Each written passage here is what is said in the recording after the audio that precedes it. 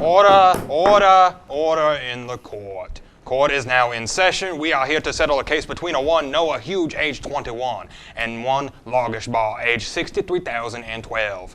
The plaintiff claims that Mr. Lagershbar has been, quote, sucking on his toes on a nightly basis for more than the past month. The defendant denies such claims. Plaintiff, you have the floor. Your Honor, my client, Noah Huge, hasn't been able to get a good night's sleep in weeks. I think we all agree that a good night's sleep is a simple pleasure that is vitally misunderstood and being denied to Noah. My client has been robbed of it, and Mr. Lagershbar is at fault for the relentless toe sucking. If you'll turn your attention to Exhibit A. Sweet mother of Todd Dykin. Thank you, plaintiff. Defendant, your rebuttal. Your Honor, my client, Mr. Lagershbar, has never sucked on toes. The images presented by the plaintiff are obviously doctored. Mr. Lagershbar has never sucked on toes, and he never want to suck on toes. Toes. Ew, not for me, bro. Mr. Lagershbar, the evidence that I received earlier suggests that you were at Mr. Huge's residence every night for the past month, the same time that the crime took place. What say you in your defense? My client couldn't have been at Mr. Huge's residence the night of the sucking, as he was with a friend clubbing baby seals. I call Cardaloo the seal clubber to the stand. Yeah, Lagershbar and I were totally clubbing baby seals. Plaintiff, your rebuttal. I'd like to present Exhibit B. My client was smart enough to wear socks to bed in an attempt to stop the sucking. However, while Mr. Huge was asleep, Lagershbar continued to suck on my client's toes to the point that his socks were ruined. Noah? These were my favorite pair, too.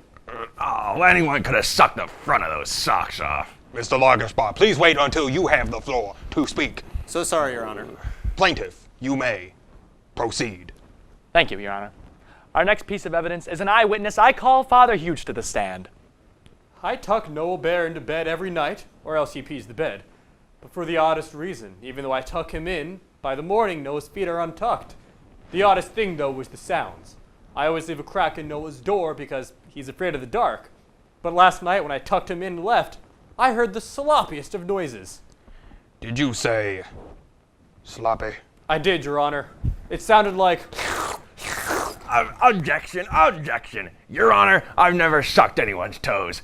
Have this man sent to the principal's office and have him expelled. The final piece of evidence is Mr. Huge's toes themselves. Mr. Huge. Objection, objection. What did I just tell you, Mr. Lagershbar? Objection, Your Honor. Mr. Huge's toes are irrelevant to this case. I'd argue that Mr. Huge's toes are most relevant to this case. Your Honor, did you see my client walk into the courtroom today? Exactly. Mr. Huge, if you will. You see, my client's toes have been stuck to the point where he can no longer walk. The damage that Mr. Lagershbar has done is irreversible. Well, I think that I've seen enough. I, the Honorable Judge Sloan, hereby declare Objection, Your Honor! What I have handed you is the cross-examined reference of the slob from Mr. Huge's toes and my client's maw. And they are not a match. However, there was a match with someone in this very room. But let us think. Who knows the location of Mr. Huge when he sleeps? Who has access to his home? And who tucks him into bed every night? I call Father Huge to the stand. Dad, what's going on? Remember how you've had athlete's foot your entire life? We went to a dozen different doctors, but nothing ever worked. But then one night, one magical night, it just disappeared. That was me, Noah Bear. I did it for you. Oh, Dad. Come here, sport. Oh, I can walk again. Well, we've had a lot of fun here tonight, and I think we've all learned a thing or two. Mr. Lagershbar is an innocent man who gets to walk free, and Noah and his father have rekindled their relationship. Join us next week when Mr. Lagershbar returns for his seal clubbing case.